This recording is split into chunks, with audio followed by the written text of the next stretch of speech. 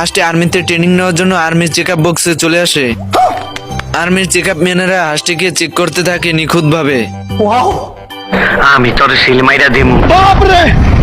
কামটা ভালো করতেছেন না। এরপর হাঁসটি পড়ালেখা জানে কিনা সেজন্য একটি বই দেয় পড়তে।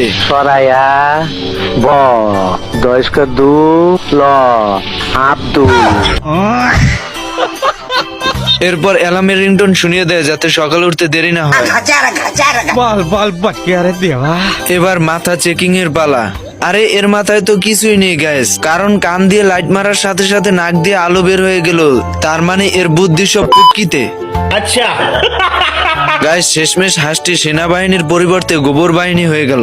আমার চ্যাটার মাল पुष्पा पुष्पराज मैं झुकेगा नहीं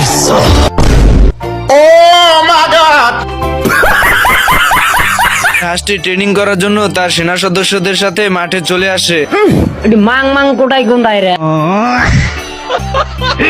এই হাঁসটির ঘুমের মধ্যে হাঁটার অভ্যাস ছিল, আর তার পাশের বাড়ি ঘুমাচ্ছিল তার ক্রাশ। সে বাড়ি হাঁটতে হাঁটতে চলে যায়। হাঁসটি গান গাইতে গাইতে তার ক্রাশের ঘরে ঢুকে পড়ে।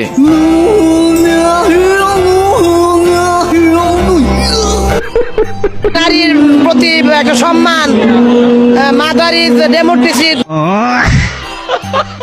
এরপর হাঁস ঘুমের মধ্যেই তার ক্রাশের সঙ্গে ডেটে চলে আসে। মানে এ মালে স্বপ্ন ভেবেই ঘুমিয়ে আছে, কিন্তু বাস্তবে সে এগুলো করছে তা বুঝতেছে না। আর তোমাকে বিয়ে করতে চাই, তোমাকে লাভ করতে। চেহারা খুবই সুন্দর হয় না, যে বিপদে পড়ছি। বলিস কি? এরপর হাঁসটি তার ক্রাশকে ভেবে গাছের ডালকে চুমাতে থাকে। তারপর হাঁসটি তার পকেট থেকে একটি ডায়মন্ড রিং বের করে এবং তার ক্রাশকে ভেবে ডালের ভিতর রিংটি পরিয়ে দেয়। কিন্তু ডালটি ছেড়ে দেওয়াতে রিংটি ছিটকে বাদরের আঙুলের ভিতর ঢুকে যায়। আর এদিকে বাদর ভাবতে থাকে রিংটি তার বয়ফ্রেন্ড দিছে। একটু পরে লক্ষ্য করে দেখে রিংটি নেই, তাই বাদর রেগে নয়।